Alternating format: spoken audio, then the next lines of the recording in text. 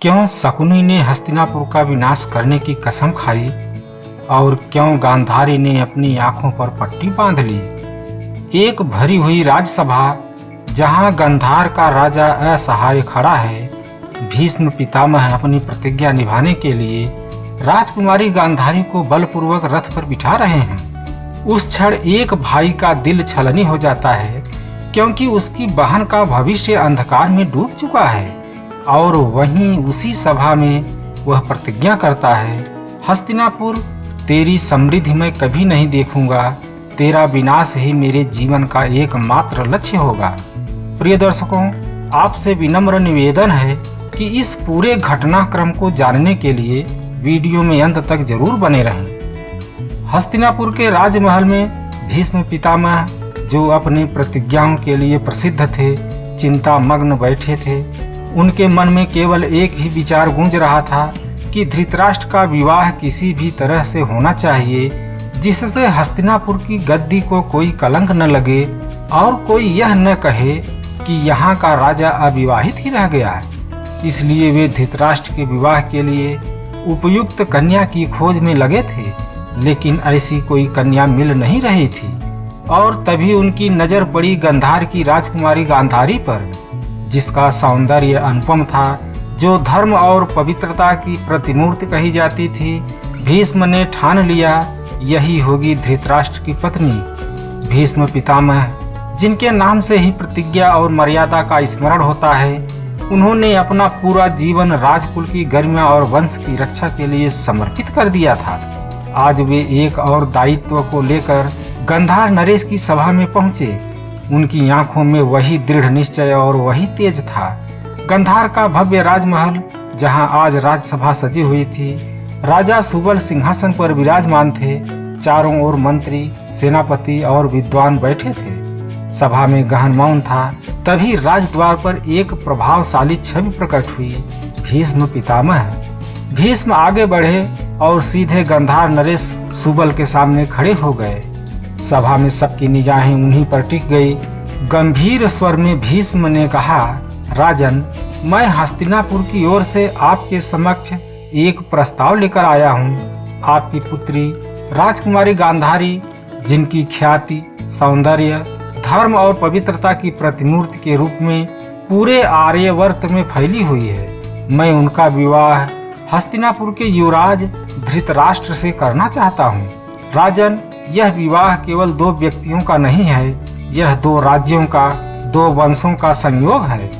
हस्तिनापुर और गांधार साथ मिलकर एक अटूट बंधन बना सकते हैं। मैं आपके द्वार पर याचक बनकर नहीं आया, बल्कि एक ऐसा संबंध लेकर आया हूँ जो आने वाले समय में स्थिरता और सम्मान का आधार बनेगा।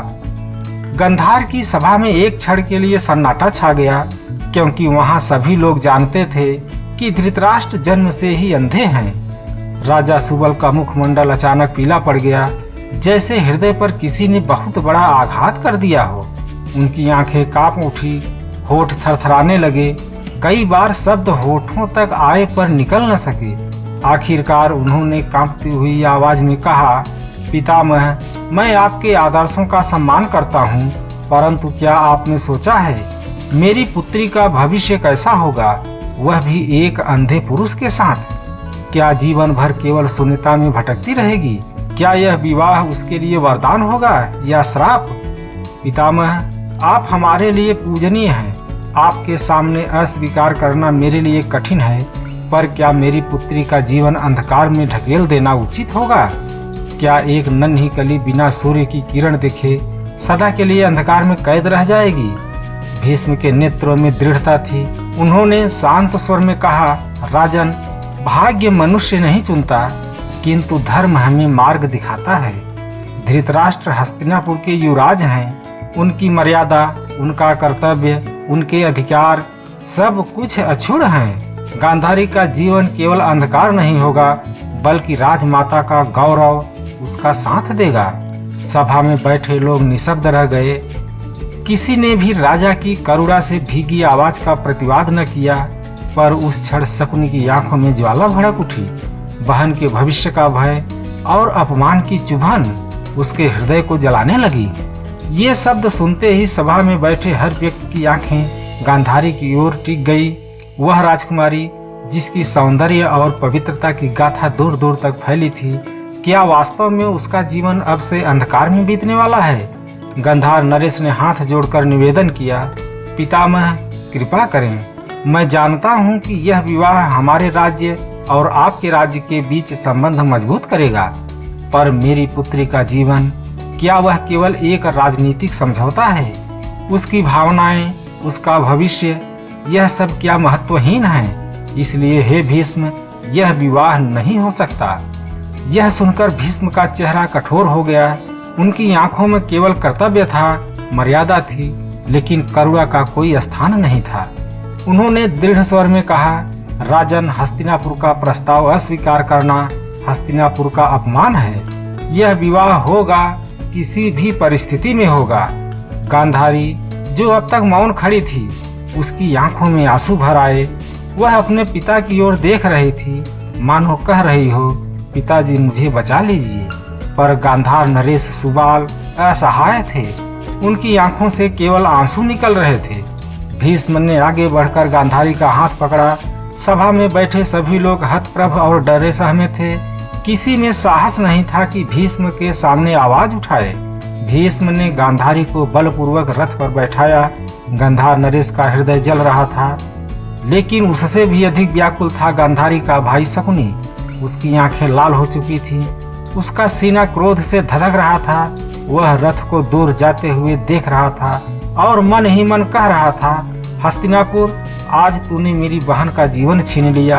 आज तूने हमारे राज्य का अपमान किया। मैं शपथ लेता हूँ, तेरी शक्ति को तेरे ही भीतर से तोड़ दूंगा। अब मेरे जीवन का केवल एक ही लक्ष्य होगा, हस्तिनापुर का विनाश। उधर भीष्म गांधारी को लेकर हस्तिनापुर पहुंचते हैं और धृतराष्ट्र से उसका विवाह करा देते हैं। जैसे ही राजकुमारी गांधारी ने धृतराष्ट्र के गले में वरमाला डाली, उस क्षण हर किसी ने सोचा अब सब कुछ सामान्य हो गया। पर किसी को यह ज्ञात नहीं था कि इस विवाह में एक अद्भुत त्याग और एक गहरा घाव छिपा है। गांधारी ने जैसे ही अपने कक्ष में प्रवेश किया, उसके सामने एक दर्पण रखा था। वह दर्पण में अपनी आंखों को देख रही थी। वो आंखें जो संसार का सारा सौंदर्य देख सकती थी। पर उसके मन ने कहा, अगर मेरे पति धृतराष्ट्र को यह संसार देखने का अधिकार नहीं, तो मैं भी इस प्रकाश को देखने का अधिकार कैसे पा सकती हूँ? और उसी क्षण गांधारी ने अपने नेत्रों पर पट्टी बांध ली और उसने आजीवन अंधकार को अपना साथी बना लिया। हस्तिनापुर की सभा में बैठे सभी दंग रह गए। किसी ने सोचा भी नहीं था कि कोई स्त्री इतना महान त्याग कर सकती है। यह त्याग नहीं था, यह प्रेम का वह शिखर था जिसे केवल गांधारी ही छू सकती थी।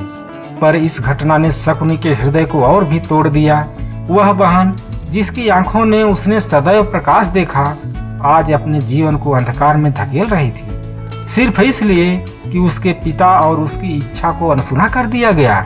शकुनी ने मन ही मन प्रण लिया, हस्तिनापुर ने मेरी बहन का जीवन अंधकारमय कर दिया है और यह अपमान मैं कभी नहीं भूलूंगा। यह वही क्षण था जब गांधार का राजकुमार शकुनी अपनी बहन के आंसुओं को हथियार बनाकर कुरुक्षेत्र के महायुद्ध का बीज बो गया। उस क्षण शकुनी केवल एक भाई नहीं था, वह प्रतिशोध की ज्वाला बन चुका था और वही ज्वाला आगे चलकर महाभारत के युद्ध की जड़ बनी। प्रिय दर्शकों, यह वीडियो आपको कैसा लगा कमेंट में हमें जरूर बताएं और यदि पसंद आया हो तो वीडियो को लाइक करें, शेयर करें और अपने चैनल अमृतवाणी को सब्सक्राइब जरूर करें। धन्यवाद।